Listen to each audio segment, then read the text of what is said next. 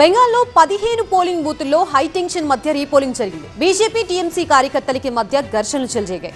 ఓటర్లని TMC నేతలు బెదిరించారని BJP ఆరోపించింది.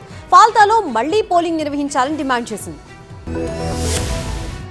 బెంగాల్లో రీపోలింగ్ సందర్భంగా కూడా ఘర్షణలు చెలరేగాయి. 15 పోలింగ్ బూతుల్లో రీపోలింగ్ జరిగింది. ఫాల్తాలో రీపోలింగ్ సందర్భంగా స్థానికులు భారీ ఆందోళన చేపట్టారు. టీఎంసీ నేతలు బెదిరిస్తున్నారని స్థానికులు ఆగ్రహం వ్యక్తం చేశారు. ఇళ్లకు వచ్చి వాళ్లు తమను బెదిరించారని ఆరోపించారు. అసెంబ్లీ ఎన్నికల్లో టీఎంసీకి ఓటెయ్యలేదన్న కోపంతో తమను బెదిరిస్తున్నారని తెలిపారు. రీపోలింగ్ లో తమను ఓటెయ్యకుండా టీఎంసీ నేతలు అడ్డుకున్నారని వాళ్లు ఆరోపించారు. ఎన్నికల ఫలితాల తర్వాత తమ ఇళ్లను తగలబెడతామని టీఎంసీ నేతలు బెదిరిస్తున్నారని ఆరోపించారు. ఫాల్తాలో స్థానికుల ఆందోళనతో ట్రాఫిక్ స్తంభించింది. పోలీసులు వాళ్లకు నచ్చజెప్పే ప్రయత్నం చేశారు. రీపోలింగ్ సందర్భంగా భారీ బందోబస్తును ఏర్పాటు చేశారు. టీఎంసీ బీజేపీ కార్యకర్తల మధ్య ఘర్షణలు చెలరేగాయి. బెంగాల్లో రీపోలింగ్ లో కూడా బంపర్ పోలింగ్ నమోదైంది. 87% పోలింగ్ నమోదైంది. ఫాల్తాలో ముందు జాగ్రత్త చర్యగా సీఆర్పీఎఫ్ బలగాలను మోహరించారు.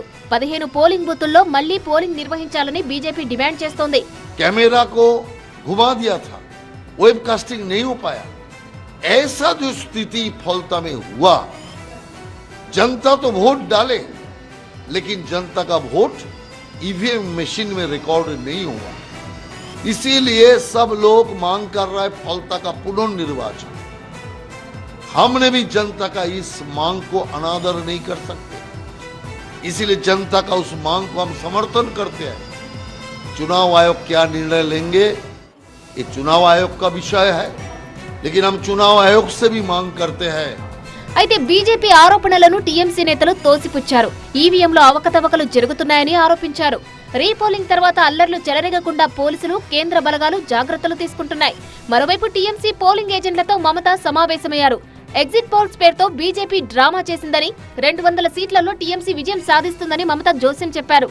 బెంగాల్లో సోమవారం కౌంటింగ్ జరుగుతుంది. ఈవీఎంలో భద్రపరిచిన స్ట్రాంగ్ రూమ్ల దగ్గర భారీ భద్రతను ఏర్పాటు చేశారు. మమత పిలుపుతో టీఎంసీ కార్యకర్తలు స్ట్రాంగ్ రూమ్ల బయట పహారా కాస్తున్నారు.